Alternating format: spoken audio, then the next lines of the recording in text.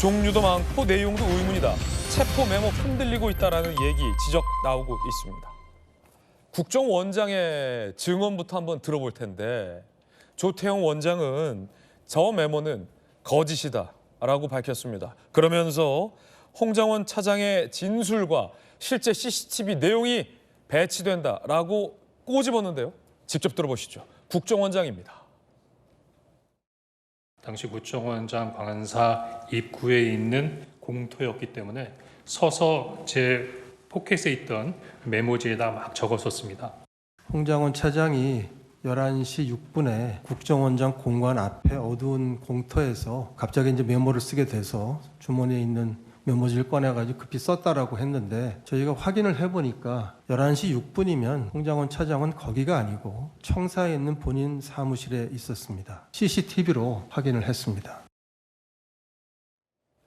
자, 저 메모가 신빙성 있는 증거로 인정받으려면 메모를 썼다는 홍정원 차장의 진술과도 일치해야 되는데 메모를 작성했다는 시간과 장소가 진술과 배치된다는 겁니다.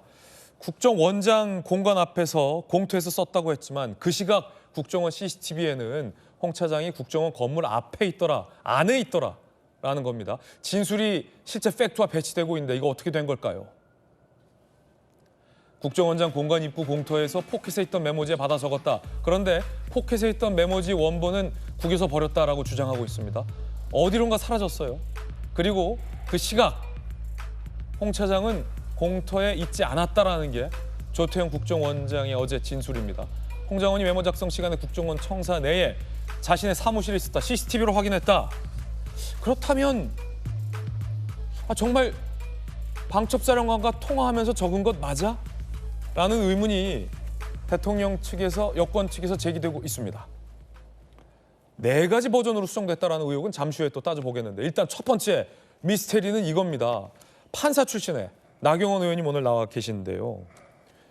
여인영 방첩사령관과 홍정원 차장이 통화했다고 했잖아요. 네. 근데 통화한 상대 여인영 방첩사령관은 나는 그 체포 요청이라는 얘기 안 했다.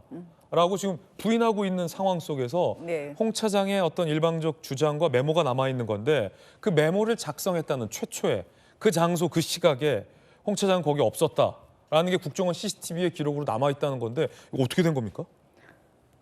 한마디로 홍장원의 진술은 어느 것도 믿을 수 없다는 것이 밝혀졌다고 봅니다. 결국 저는 왜 홍장원 차장은 저렇게 거짓말을 끊임없이 계속해야 될까? 굉장한 의문이 들죠. 예. 저희가 이번에 탄핵안을 통과시키는데 어떻게 보면 결정적인 메모였고 국민들을 놀라게 한 결정적 메모였습니다. 결국 대통령이 구체적인 이 정치인들을 잡아들이라고 했느냐 안 했느냐의 핵심적인 메모였는데요. 저기에 한동훈 전 대표도 들어가 있고 다 들어가 있는 거 아닙니까? 그렇죠. 그런데 자, 왜 홍장원 차장은 지금 보면 조태용 원장의 말에 의하면 그 전화를 주고받을 당시에 본인 사무실에 앉아 있었다는 거거든요. 예. 그러면 자기가 급하게 써서 흘렸어서 그걸 보좌관한테 다시 작성하라 그랬다는 그 전제 자체가 틀리게 되는 것이거든요. 그렇다면 지금 홍장원 차장의 모든 증언 또 그리고 핵심적인 증거라고 할 수 있는 저 메모에 따른 판단은 기초부터가 흔들리고 있기 때문에 믿을 수 없는 것이고 그런 의미에서 어떻게 보면 이번 사건에 있어서 핵심적인 증거의 이 신빙성이 완전히 무너졌다고 볼 수 있을 것 같습니다. 나경원 의원님, 네. 그 체포하라고 지시했다라는 정치인 명단, 목록, 네. 누구 네. 요거와 관련된 물증은 이게 유일한 거죠? 그렇죠. 지금 현재로는 나온 게 이거였죠. 네. 자, 정법전, 정혁진 변호사님은 어떻게 생각하세요? 그 시각 홍 차장은 국정원장 공관 앞에서 전화 통화하면서 메모를 적고 있는 모습이 사실 CCTV에 나와야 홍장원 차장의 메모와 관련된 진술과 그에 따른 이 메모 내용이 더 신빙성이 올라가는 건데 그 시각 홍 차장은 전화 받으면서 메모를 적고 있지 않았고 자기 사무실에 앉아 있는 모습을 CCTV로 찍혔다. 일단 지금 그 의원님 말씀하신 것처럼 저는 메모 내용 자체가 굉장히 충격적이었어요. 다른 사람도 아닌 제1당의 대표 거기에다가 심지어 여당 대표까지 체포하라. 이게 진짜 맞는 말인가? 그때 네네. 우리나라 국민들 중에 놀라지 않은 분 한 명도 없었을 겁니다. 그런데 정신 차리고 곰곰이 생각을 해봤더니 첫 번째, 그렇게 해가지고 체포가 된 사람이 단 한 명이라도 있었습니까? 없었잖아요. 대통령이 체포하라고 지시했는데 단 한 명도 체포가 안 됐다? 이상하잖아요. 그다음 더 의심스러운 건 뭐냐면 더 말이 안 되는 거는 국정원에 대공 수사권 박탈됐습니다. 네. 2024년부터. 그러니까 국정원 사람들은요, 사람을 체포할 수가 없어요. 만약에 국정원에서 어떤 사람을 저 같은 사람 어리버리하다고 해가지고 체포하면요, 직권남용죄로 형사처벌 받습니다. 일반 공무원보다도 더 강한 처벌을 국정원 직원법에 따라 가지고 그 처벌을 갖다 받는데, 그런데 왜 그런 사람들 보고 어떻게 체포하라고 했느냐? 경찰도 있고 검찰 수사관도 있고 군인들도 있고 한데 왜 국정원 1차장한테 사람을 체포하라고 하지? 그럼에도 불구하고 홍장원 차장의 말이 신빙성이 있다라고 처음에 그냥 즉자적으로 다가왔던 거는, 첫 번째는 홍장원이라고 하는 사람 자체에 대한 믿음이 있었던 거예요. 첫 번째, 홍장원 어떤 사람입니까? 국정원의 뭐 7급 공무원입니까? 아니잖아요. 1차장이잖아요. 국정원의 넘버 2 아니겠습니까? 설마 국정원 넘버 2가 거짓말을 할까? 거기에다가 알아보니까 홍장원이 육사 출신인데 그것도 대표화랑 출신이다. 그러면 어렸을 때 또 아버지도 또 장군이었더라고요. 네. 그러니까 어렸을 때부터 국가관 제대로 가지고 반듯하게 자라온 사람이, 그러니까 1차장까지 올라갔는데 그런 사람이 거짓말을 했을까?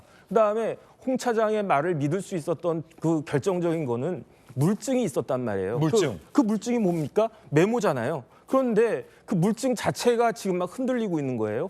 그래서 일단은 기본적으로 홍 차장이 작성했다라고 하는 그 시간에 CCTV 돌려보니까 그 시간에 홍 차장은 그 자리에 없었다는 거예요. 그러면 둘 중에 하나 아니겠습니까? 그 메모를 다른 데서 작성을 했거나 네. 다른 시간에 작성을 했거나. 그런데 여기에 대해서 홍 차장은 엉뚱한 이야기예요. 그때 사무실이 있었다라고 하니까 사무실하고 거기하고 3분밖에 거리가 안 된다. 그런데 제가 생각해 보니까요, 1분이면요, 저 같은 사람도 천천히 걸어가도 100m는 가거든요. 예. 달리기 하면은 빨리 제가 이제는 나이 들어가지고 빨리 못 달리는데 20초면 100m 가지 않습니까? 그럼 천천히 걸어도 1분이면 100m 가요.